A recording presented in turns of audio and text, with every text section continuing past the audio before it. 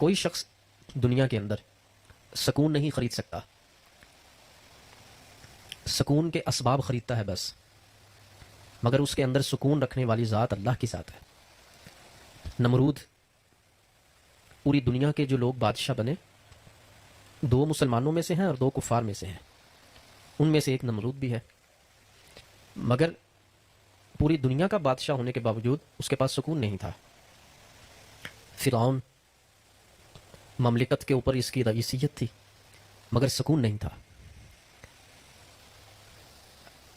تو مطلب عرض کرنے کا یہ ہے، انسان صرف اسباب خرید سکتا ہے، سکون نہیں خرید سکتا، کیونکہ سکون نازل ہوتا ہے، اور جو شے نازل ہوتی ہے وہ بکتی نہیں ہے، وہ اللہ کے پاس ہوتی ہے۔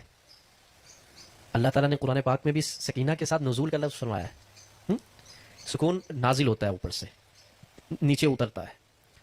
تو جب سکون نازل ہوتا ہے تو پھر یہ خریدیں گے کیسے آپ؟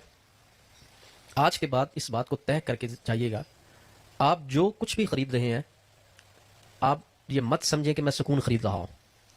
آپ سکون حاصل کرنے کا سبب خریدتے ہیں، مگر اس کے اندر سکون اللہ سے مانگا کریں، یا اللہ میں نے سبب تو لے لیا، اب اس کے اندر سکون آپ کی ذات نے نازل فرمانا ہے، اب اس کے اندر سکون بھی نازل فرما دے۔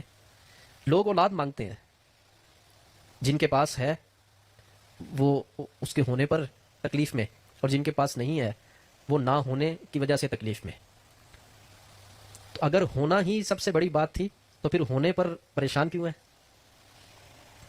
تو اگر اولاد مانگتے ہیں اللہ سے تو ساتھ یہ بھی مانگا کریں، اس کو ہمارے لیے باعث رحمت بنانا، اس کو ہمارے لیے باعث تسکین بنانا۔ تو آج دوسری دعا یہ بھی دعا میں شامل کریں، یا اللہ مجھے تو دنیا کے اندر جو بھی سبب عطا کرے اس کو میرے لیے باعث سکون بنا کر میری زندگی میں داخل فرمانا، اور جو میرے لیے باعث سکون نہیں ہے اس چیز کو میری زندگی میں داخل نہ فرمانا۔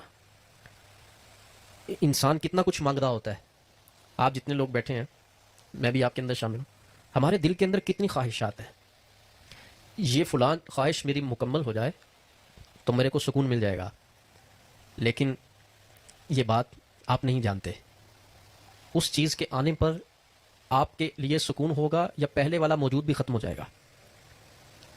تو اللہ سے صرف چیزیں مانگنے کی رٹ نہیں لگانی چاہیے، اللہ سے وہ چیز مانگنی چاہیے جو ہماری زندگی میں سکون بن کر داخل ہو جائے، اور وہ چند چیزیں بھی ہوں گی اگر باعث تسکین ہوں گی تو یہ حالت نہیں ہوگی جو حالت اس وقت ہے۔